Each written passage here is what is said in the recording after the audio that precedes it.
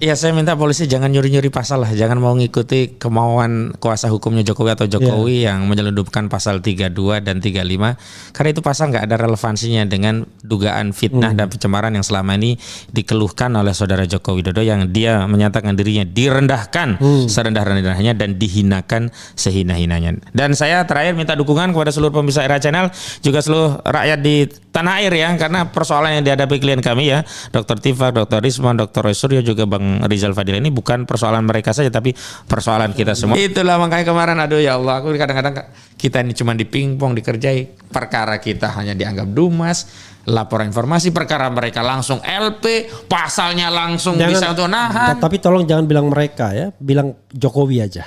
Oh Jokowi, enggak, sebuah polisi juga sekarang saya lihat sudah menjadi alatnya Jokowi. Makanya kemarin saya tegaskan Pak Polisi. Karena orang yang pro Jokowi juga bilang mereka juga. Iya. Jadi maksudnya masyarakat kita ini kok sengaja dibelah. Iya. Saya bilang begini Pak Polisi, kalau Anda benar-benar menegakkan hukum dalam kasus ini, ya sudah sidik nggak apa-apa. Tapi pasalnya ya pencemaran dan fitnah 310, 311, jangan munculkan yang lain. Karena pasal 3532 itu kan memang keinginannya pelapor, kuasa hukumnya. Iya. Itu undang-undang jangan ITE. di-entertain. Iyalah, kok tiba-tiba kemarin muncul panggilan untuk undang klarifikasi, muncul pasal itu. Kan berarti tidak hanya muncul, itu diletakkan pertama. Iya, nakut-nakutin kan. Iya.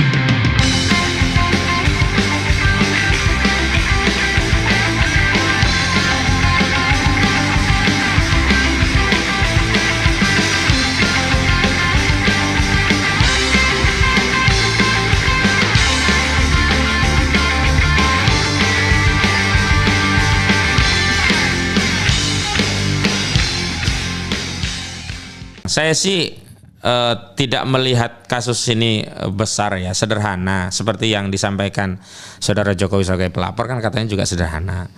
Tapi kok saya membaca tindakan yang diambil oleh penyidik ini nggak sesederhana gitu loh, nggak sesederhana seperti yang kita pahami bahwa ini proses penyelidikan penyidikan. Kalau kita basicnya proses penyelidikan dan penyidikan kan ya harusnya Bang yang diawali dipanggil itu bukan pihak kita. Pihak pelapor dan informasi berkaitan dengan kebenaran legal standing pelapor baik terkait pribadinya atau ijazah yang dimiliki oleh pelapor karena pelapor mendalilkan orang-orang yang menuduh ijazah palsu itu sebagai sebuah fitnah.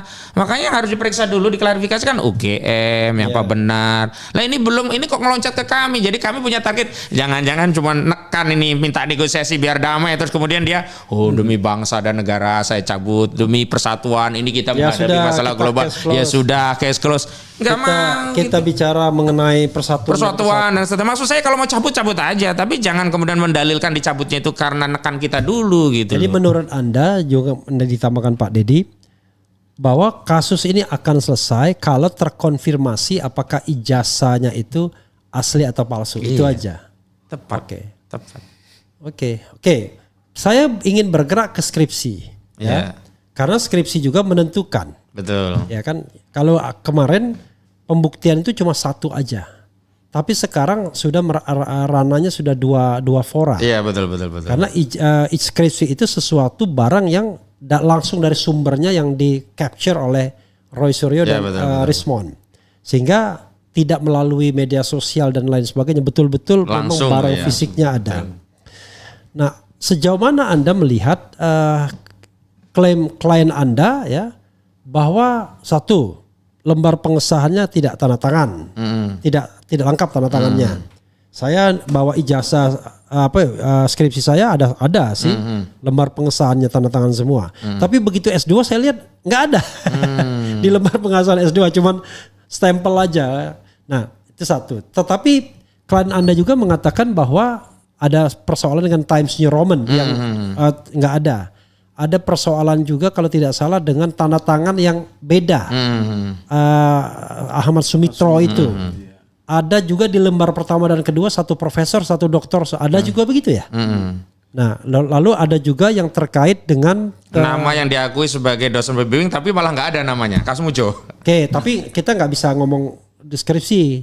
Iya ini Enggak, karena itu kan sesuatu di luar, bisa aja dia lupa. Oh ya betul. Tapi maksudnya deskripsi yang respon sama Roy Suryo ini. Yang analisa itulah ya. Iya, yang analisa itu. Nah, sejauh mana Anda merasa firm dengan apa yang klien Anda temukan, lalu dengan bantahan, loh itu kan salinannya doang gitu. Aku sederhana logikanya ya, analoginya. Ayam itu berasal dari telur. Ya. Telur yang busuk nggak mungkin menetaskan ayam. Nah skripsi saya anggap ini telur ya, karena dari skripsi itulah kemudian yudisium dan kemudian mendapatkan gelar sarjana dan ijazah gitu. Dan kampus apalagi sekelas UGM tentu akan sangat teliti untuk melakukan verifikasi terhadap produk skripsi apalagi S1 di zaman itu ya. Zaman itu justru lebih ketat, mahasiswa juga nggak terlalu banyak seperti sekarang juga. Dosen-dosen kan juga lebih killer dalam tanda petik ya. Ya dengan sekarang gitu. Makanya ketika terlihat catat yang seperti itu begitu rupa begitu, ya kita bisa analogikan kalau telur itu sudahlah busuk, retak di mana-mana, kok kita percaya ayam ini berasal dari telur itu, dari induknya itu gitu loh. Nah mohon maaf, akhirnya kan yang dipersoalkan kan akhirnya UGM-nya kalau sekarang begini. Karena apa, seolah-olah kok kualitas satu kampus kok seperti itu begitu. Tapi kami tetap mengembalikan kepada soalan yang ditemukan. Pertama, sumber itu legal formal dikasih langsung oleh otoritas UGM dalam forum publik juga.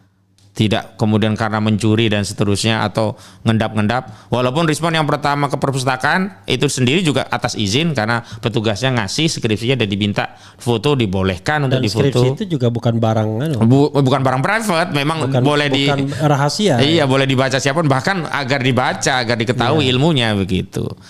Nah, sekarang persoalannya adalah apakah skripsi ini bisa dikesampingkan gitu karena persoalannya ini hanya ijazah. Oh tidak, ini satu paket, satu kesatuan. Nggak bisa kita nganggap nanti sepele. Nah ini pula yang kemudian membuat orang nanti juga nggak usah skripsi benar-benar deh. Yang penting dapat ijazah gitu kan, nggak bisa begitu juga. Justru orang harus benar-benar skripsinya juga akan dapat produk keluaran berupa ijazah karena skripsinya juga dilakukan dengan benar. Ya sebenarnya kan sederhana saja, kalau benar itu skripsi yang satu simultan, kok ada perbedaan lembar pengesahan dengan kertas yang dibuat di lembar yang lain, itu yang kemudian dicurigai, oh ini tempelan dan seterusnya begitu. Dan memang harusnya akhirnya ini nggak bisa dengan testimoni Bang, harus dengan audit forensik. Itu ilmu akhirnya yang menjawab, karena ilmu itu mungkin saja bisa salah tapi nggak mungkin bohong. Tapi kalau testimoni terlalu banyak, apalagi kalau testimoni ini berasal dari saudara Jokowi.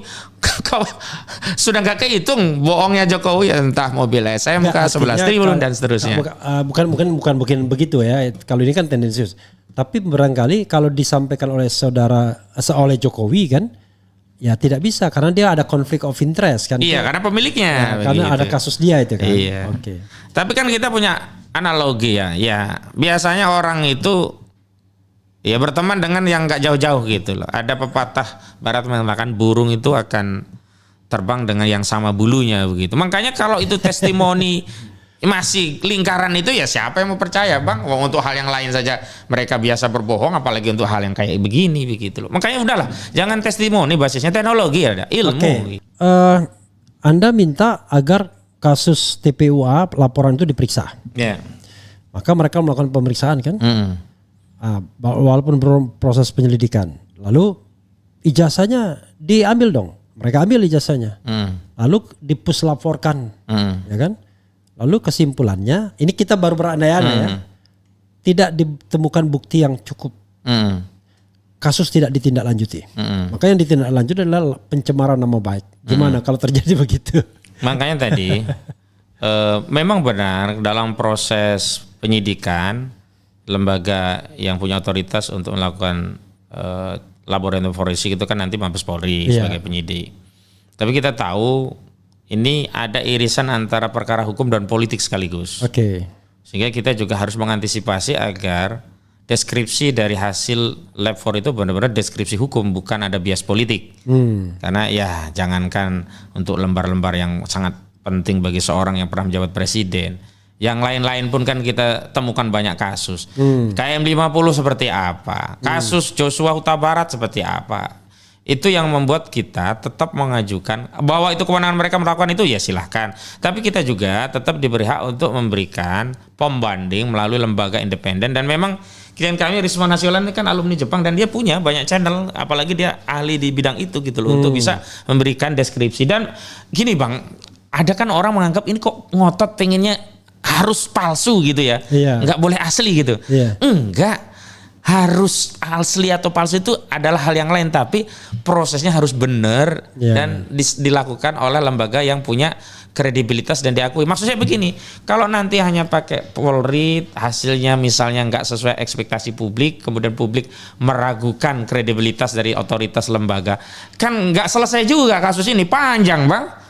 Panjang, jadi justru kita punya kepentingan, nanti ayo bisa nge-close ini. Ada pergantian kekuasaan diproses lagi. Iya, dan yang kedua saya kira yang dimaksud kita kasus itu diproses itu bukan diproses kayak kemarin main-main laporan informasi, enggak. LP, jadi pemeriksaan saksi itu sebagai saksi dalam rangka LP pro justisia, biar nggak ngabis-ngabisin waktu. Iya. Ngabisin waktu dan tenaga serta biaya. Itulah makanya kemarin aduh ya Allah, aku kadang-kadang kita ini cuma dipingpong, dikerjai, perkara kita hanya dianggap dumas, laporan informasi, perkara mereka langsung LP, pasalnya langsung bisa untuk nahan. Tapi tolong jangan bilang mereka ya, bilang Jokowi aja. Oh Jokowi, enggak, sebuah polisi juga sekarang saya lihat sudah menjadi alatnya Jokowi. Makanya kemarin saya tegaskan Pak Polisi. Karena orang yang pro Jokowi juga bilang mereka juga. Iya. Jadi, maksudnya masyarakat kita ini kok sengaja dibelah aja. Iya. Saya bilang begini Pak Polisi, kalau Anda benar-benar menegakkan hukum dalam kasus ini, ya sudah sidik nggak apa-apa. Tapi pasalnya ya pencemaran dan fitnah 310, 311, jangan munculkan yang lain. Karena pasal 3532 itu kan memang keinginannya pelapor, kuasa hukumnya. Iya. Itu undang-undang jangan ITE. di-entertain. Iyalah, kok tiba-tiba kemarin muncul panggilan untuk undang klarifikasi, muncul pasal itu. Kan berarti tidak hanya muncul, itu diletakkan pertama. Iya, nakut-nakutin kan. Gitu. Ya ampun. Jadi kan kalau kita lihat kan 32 dulu mestinya kan. Ini 35 dulu. Iya, jadi yang 12 tahun dulu, 12 baru yang 8 tahun gitu. Jadi ada shock terapi gitu ya. Ya, jadi gini. Kita ini ngomong begini bukan karena nyinyir, karena kita tahu informasinya ya, gitu ya. Dan kita tahu ilmunya, makanya kemudian kita bisa protes, bisa apa dan bahkan kami ini kuasa hukum loh, mendampingi kasusnya langsung, apalagi ya, gitu. Kuasa hukum. Oke. Saya ingin ada beberapa pertanyaan yang saya harus sampaikan ya dari beberapa orang sumber juga atau teman. Pertama, kenapa tim ini siapapun mau TPUA mau Bro punya tim, kenapa tidak juga mengadukan mengenai penyebaran ijazah yang dilakukan oleh kader PSI? Kan satu. Atau yang kedua, kenapa tidak melaporkan Jokowi? Ya kan? Untuk mau barangkali ya hal-hal lain lah. Tapi kalau Jokowi kan pemalsuan dokumen sudah dilakukan. Silakan. Yang pertama, ini hukum. Oke, sorry, tambahannya. Kenapa juga tidak melaporkan UGM? Minimal UGM, kemudian kader PSI dan Jokowi untuk kasus yang baru. Silakan. Iya, pertama kami itu tidak mengambil langkah sementara ini ya lapor-lapor karena yang bermasalah itu bukan materi laporannya tapi institusi yang menerima laporan. Oke. Ya terbukti laporan terhadap Jokowi hanya dianggap dumas, begitu Jokowi yang lapor langsung jadi LP. Bahkan pasalnya serem-serem gitu. Iya. Dan kedua, kami juga tidak ingin bahwa pertarungan ini antara elemen anak bangsa, antara kami dengan UGM, antara kami dengan PSI, antara kami dengan pejabat, enggak. Ini masalah hanya antara rakyat dengan saudara Joko Widodo terkait ijazahnya. Kalau kami laporkan UGM dan sebagainya, ini nanti jadi bias, nggak fokus. Jadi seolah-olah kami menyerang UGM, selama ini tidak loh. Rismon Nasiolan, Dr. Tifa dan Roy Suryo itu alumni UGM. Bahkan mereka menyampaikan motif daripada membongkar kasus ini adalah untuk melindungi alma maternya, mencintai alma maternya. Kalau sudah tersesat jangan terlalu jauh. Oh, kira-kira begitulah. Ya sudahlah, jangan lanjutkan begitu. Nanti kalau kita gugat-gugatan jadi seolah-olah kita nggak suka sama UGM, nggak ada Bang. Makanya kami nggak mau ikut-ikut begitu. Tapi kalau yang lainnya kami tidak tahu. Itu yang pertama yang ingin kami sampaikan. Yang kedua, persoalan ini kan sebenarnya persoalan yang berkaitan dengan kepentingan publik. Justru yang kami dorong selalu itu kenapa kami hadir di berbagai diskusi podcast untuk menunjukkan ini kepentingan publik loh, bukan kepentingan 4 orang ini saja. Sehingga ya kami kembalikan kepada publik. Publik maunya apa?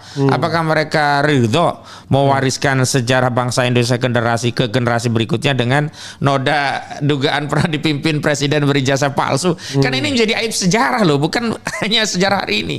Masa depan Bang, itu aja bagi kami. Tetapi kan kalau kita mau jujur juga bahwa ini adalah tindak pidana yang bukan delik aduan. Nah harusnya kan bisa diproses langsung oleh polisi begitu loh. Begini Bang, kalau kita bicara dibilang wah itu kan nggak ada. Ini kan sudah jadi kegaduhan pembicaraan publik. Kan sebenarnya polisi kan harus turun tangan kan. Salah satu tugas polisi kan adalah menjaga ketertiban masyarakat. Iya. Kan? Nah ini masyarakat dalam tanda kutip gaduh ya. Ribut terus walaupun tidak sampai ada yang cedera. Tetapi kan kegaduhan ini terus-menerus akibat ini belum diselesaikan kan.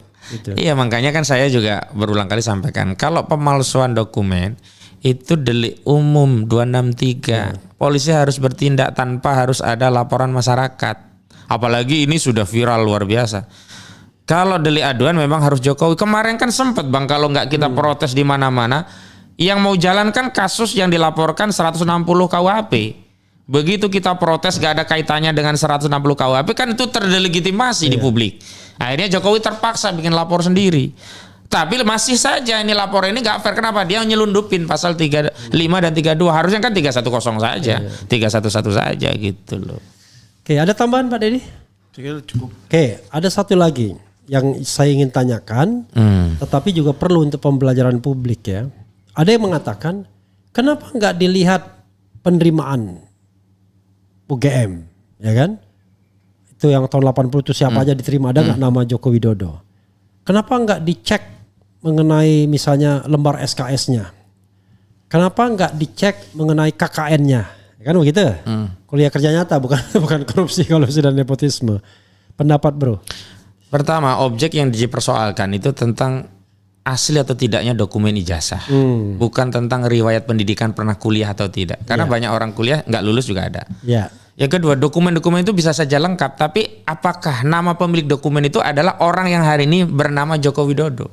Bisa saja ada nama yang sama, kemudian identitas yang sama diambil seolah-olah ini milik Joko Widodo. Makanya kami tidak mau terlalu pusing ke hal-hal yang lain. Kalau masyarakat mau meneliti itu silakan saja. Tapi dalam kasus ini kita fokusnya adalah apakah ijazah saudara Joko Widodo yang didukung skripsi itu adalah asli atau palsu.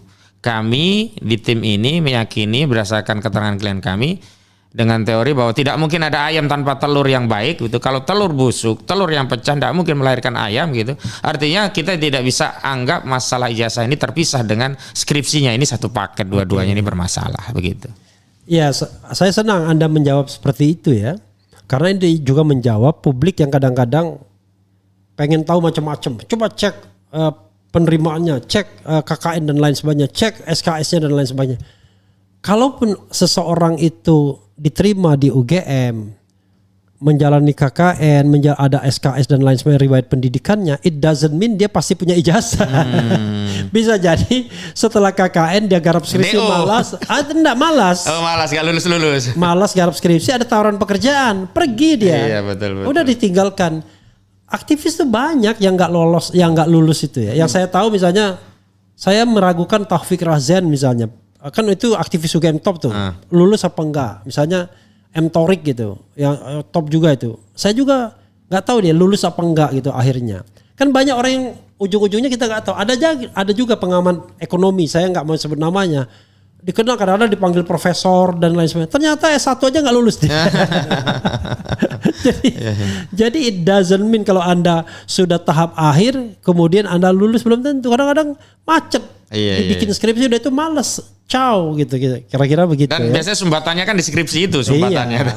Jadi dan bukan karena skripsinya biasanya ribut sama dosennya, pembimbing atau malas masalah keluarga juga dia bisa jadi. Gitu. Betul. Jadi gitu ya sobat era sekalian. Jadi jangan kita kemudian ikut gendang orang yang memperlebar masalah ini.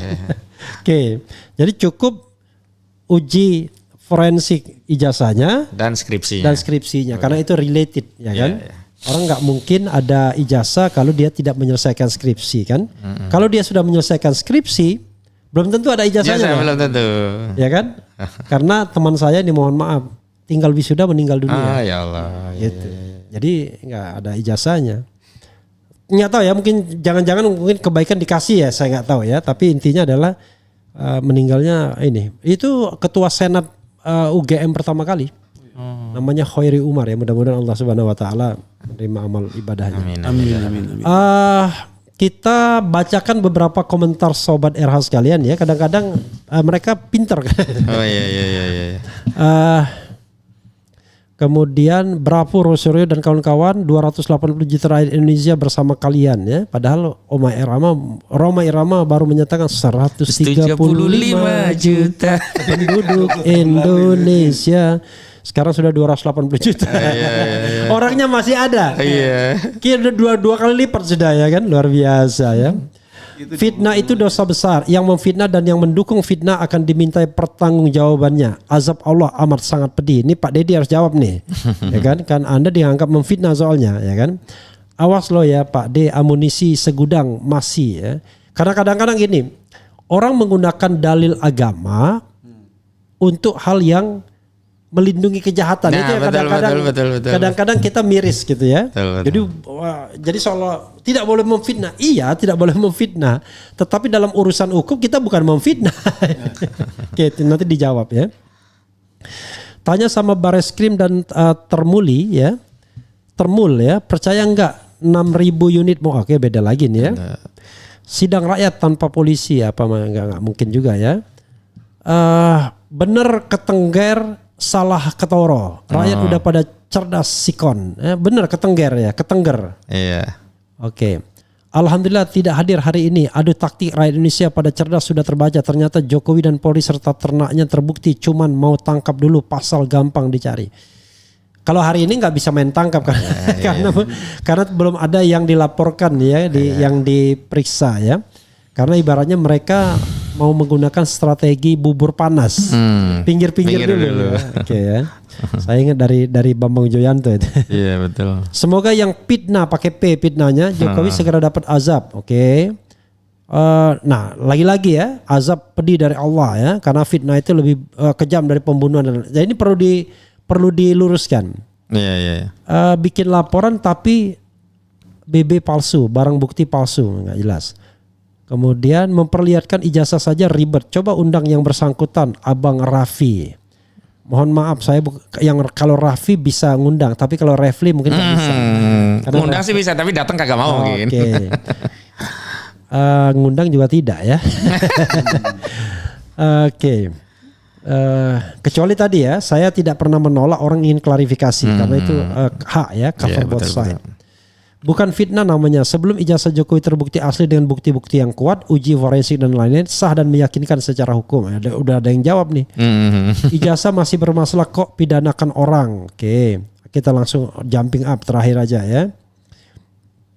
Pak Jokowi rekrut aja Dr. Tifa, Dr. Roy agar kedepannya bisa mereka berkarya yang lebih berguna untuk bangsa dan negara. Jadi ini merendahkan sekali soalnya mereka mau butuh pekerjaan ya. Ayo Refli ikut juga biar baju orange. Apa hubungannya? Aduh, ampun dah ya. Apabila dianalogikan maling laporkan pemilik kasus ijazah bung, nggak jelas ini. Oke, silakan Pak Deddy dulu. Begini, kami ini sebagai soal fitnah terutama soal fitnah ya. Iya. Kita begini, kami sebagai advokat, tugas kami adalah memberikan melaksanakan tugas kami ketika ada klien datang, ya kan? Jadi fitnah, saya kira gini, ini makanya kita perlu pembuktian gitu loh. Kalau ternyata apa yang dilakukan oleh klien kami itu nggak benar atau bisa dibuktikan bahwasanya apa yang selama ini diduga suatu yang palsu, dan ternyata itu ada benar, ya berarti itu baru fitnah. Nah itu. Tapi kalau selama ini belum bisa terbukti, tidak, itu bukan fitnah. Dan kita mencari yang benar itu, makanya kita itu sekarang ini tugas kami adalah menegakkan kebenaran itu. Jadi. Tapi saya ngeri-ngeri sedap nih penjelasan Pak Dedi ya. Barangkali nanti Bro Husnudin ada perspektif lain. Karena kalau kita bicara tentang hukum, seandainya benar ya ijazah Pak Jokowi itu memang benar adanya, misalnya ya, kan it doesn't mean yang dilakukan Roy Suryo fitnah kan, atau Rismon fitnah, karena beliau melakukan sesuatu berdasarkan scientific approach. Nah, scientific approach atau proof dari proses ilmiah tersebut mengatakan bahwa ini fake. Karena kata Rismon kan cuma dua saja kalau kita melakukan uji forensik, fake dan original. Nah kalau misalnya dia fake, maka ya katakan fake, original katakan original. Kalau seandainya berdasarkan uji forensik itu fake dan kemudian tiba-tiba proses hukum mengatakan original, kan it doesn't mean bahwa dia melakukan fitnah. Tapi saya itu pendapat saya pribadi ya. Soalnya biasalah omongan seperti ini langsung ditangkap.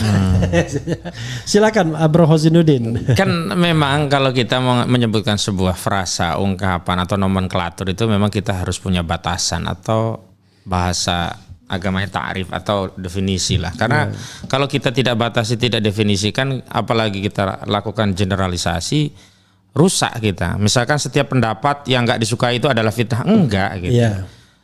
Nah, kita harus berita bohong. Ya setiap pendapat yang nggak sesuai dengan penguasa dianggap hoak. Nah, nggak bisa begitu gitu loh. Nah, sekarang kalau kita bicara tentang pendapat apalagi berdasarkan ilmu, memang itu kemungkinan memang hanya dua. Pendapat berdasarkan ilmu itu benar, pendapat berdasarkan ilmu itu keliru, karena orang berpendapat walaupun dengan ilmu, dengan data, dengan fakta juga bisa keliru. Tapi tetap itu bukan fitnah, itu adalah pendapat yang keliru. Selanjutnya pendapat yang keliru ini tidak dipakai lagi, atau mungkin ada faktor lain yang kemudian dianalisa lain, ternyata ada faktor baru yang menyatakan pendapat yang keliru itu menjadi benar lagi. Ilmu kan begitu gitu loh. Nah, hari yang dilakukan oleh Dr. Roy Suryo, Rismon dan yang lain itu sedang menguji satu objek dan kemudian mereka berpendapat berdasarkan objek yang diuji dengan ilmu yang mereka miliki. Dan subjek itu ya. Iya, begitu subjek loh. Itu ijazah yang disebarkan melalui media sosial. Iya, batasannya kan itu. Ada keterbatasan soalnya kan, karena tidak langsung yang aslinya. Kalaulah begini ya, kalau nanti muncul ijazah aslinya dan menyatakan apa yang dikatakan itu fitnah, enggak masuk juga, karena memang objek yang diteliti bukan yang ditunjukkan itu gitu loh. Atau kalau seandainya diteliti yang bukan medsos, bisa jadi hasilnya berbeda. Nah begitu. Bisa juga kan? Bisa juga. Gitu. Cuman begini, yang aneh adalah pernyataan saudara Joko Widodo yang menyatakan bahwa ijazah itu bukan objek penelitian begitu. Saya justru bingung referensinya dari mana. Penelitian itu dibatasi gitu loh. Enggak. Kecuali kalau orang itu memiliki spesifikasi tertentu, maka dia meneliti sesuai dengan batasan spesifikasi keahlian keilmuannya. Misalkan dia dokter hewan misalnya. Ya dia meneliti seputar hewan, jangan meneliti mata, meneliti tenggorokan begitu. Ini kan tidak. Apalagi kalau kita kaitkan dengan Roy Suryo dan juga Rismon, telematika, forensik digital. Ya yang diuji apa yang beredar di ruang digital begitu. Ruang telematika begitu. Termasuk dokumen yang beredar di ruang telematika itu. Lah itu kan ini dokumen beredar di ruang digital, maka diuji secara digital forensik dan diuji secara telematika. Oh, kesimpulannya seperti ini gitu loh. Nah, memang begini, kadang orang ini sejak dulu Bang, orang itu menggunakan narasi agama untuk melegitimasi kezoliman. Sejak zaman Firaun itu punya ahli-ahli agama untuk melegitimasi tindakan Firaun gitu. Yang belum lama lah di PIK 2. PIK 2 itu kan nggak ada 1 meter pun tanah terlantar.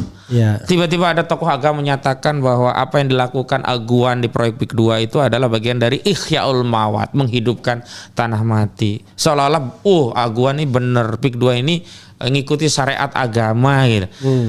Faktanya nggak ada, yang ada itu tanah rakyat dan tanah negara. Tanah negaranya 1.755 hektar itu adalah tanah yang dalam bentuk hutan lindung yang mau diambil menjadi botanik tropical coastland tadi yang akhirnya batal gitu. Nah ini yang kadang-kadang kita harus waspada pada dua hal. Pertama, penggunaan terminologi fitnahnya itu sendiri. Yang kedua, penerapan terminologi fitnah itu pada fakta yang sedang dipersoalkan. Hari ini kan kita tidak mempersoalkan tentang sesuatu yang tidak punya basis ilmunya. Kita sedang mendiskusikan satu pendapat yang berbasis ilmu, yang data-datanya juga tersebar, kecuali tidak ada argumentasi, tidak ada data menjadi rujukan, langsung ngomong pokoknya Jokowi ijazahnya palsu. Nah itu dari mana taunya? Saya dengar sendiri. Iya, menurut penerawangan saya. Misalnya begitu. Oke, ya ini yang ingin dikatakan Bro Zudin, bahwa fitnah itu kalau ngomongnya tidak ada dasar. Ini ngomongnya berdasarkan uji seorang ahli forensik minimal bernama Rismond Sianipar, seorang ahli telematika yang bernama Roy Suryo, seorang ahli biologi anatomi yang bernama Dr. Tifa, kan, sehingga kalau mau digugurkan argumentasi itu ya gugurkan yang sekelas. Iya begitu. Jadi biar berhadapan apple to apple. Oke, closing statement Pak Dedi dulu silakan.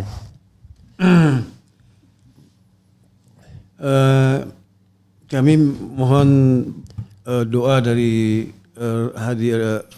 pemirsa semua agar Allah benar-benar tunjukkan kebenaran itu benar-benar benar, dan kami minta sekali lagi kepada kepolisian agar benar-benar bisa bertindak netral dalam kaitan ini. Jadi tegakkan tugas Anda secara profesional gitu. Jadi jangan berpihak dengan karena dia seorang bekas presiden lalu harus tidak. Kita sekarang berada dalam kesadaran equality before the law. Jadi semuanya seperti itu. Itu Bang. Oke, ya sekali lagi kita harus membedakan antara netral dan independen. Untuk polisi kita minta netral, bukan independen ya. Kalau independen berarti tetap punya visi. Punya visi. Dia bisa kemana-mana kan. Ini kami independen, nggak ada pengaruh, tapi kami begini, tapi netral ya. Netral itu adalah equality before the law, memperlakukan warga negara setara sama di depan hukumnya. Silakan Bro. Iya, saya minta polisi jangan nyuri-nyuri pasal lah, jangan mau ngikuti kemauan kuasa hukumnya Jokowi atau Jokowi yang menyelundupkan pasal 32 dan 35, karena itu pasal nggak ada relevansinya dengan dugaan fitnah dan pencemaran yang selama ini dikeluhkan oleh saudara Joko Widodo, yang dia menyatakan dirinya direndahkan serendah-rendahnya dan dihinakan sehina-hinanya. Dan saya terakhir minta dukungan kepada seluruh pemirsa Era Channel, juga seluruh rakyat di tanah air ya, karena persoalan yang dihadapi klien kami ya, Dr. Tifa, Dr. Rismond, Dr. Roy Suryo, juga Bang Rizal Fadila, ini bukan persoalan mereka saja tapi persoalan kita semua. Karena itu yang ujian yang hari ini dialami mereka, fitnah terhadap mereka yang dikriminalisasi ini, ya mohon untuk didukung oleh seluruh rakyat Indonesia untuk membersamai mereka. Makanya kami sudah mengimbau Bang bikin video dukungan 1 menit untuk Bang Roy Suryo dan kawan-kawan ini, Bung Roy Suryo, Bung dikirimkan Tifa. kemana? Ya di sosmed masing-masing diupload saja gitu. Oke. Jadi itu imbauannya ya, video dukungan maksimal 1 menit dan diupload di media sosial masing-masing ya. Intinya adalah dukungan terhadap pencarian kebenaran dan keadilan. Spesifiknya saya tidak tahu. Ulangi aja. Anda. Ya, contoh yang sudah kami edarkan adalah kami bersama Dr. Roy Suryo, kami bersama Dr. Tifa, kami bersama Dr. Rismond Hasolan, kami bersama Rizal Fadila lawan kriminalisasi terhadap akademisi dan aktivis, tuntut uji forensik ijazah palsu Jokowi, misalnya begitu. Oke, ya sahabat sekalian, selesailah kita digeruduk oleh Hauzinudin dan Dedi Suhardadi ya. Mudah-mudahan ini pembicaraan yang bermanfaat, membuat terang persoalan bukan membuat gelap. Amin, amin, amin. Dan kemudian dilaksanakan secara terang pula, tidak di ruang gelap. Wassalamualaikum warahmatullahi wabarakatuh. Waalaikumsalam warahmatullahi wabarakatuh. Cadas. Ya kita foto dulu.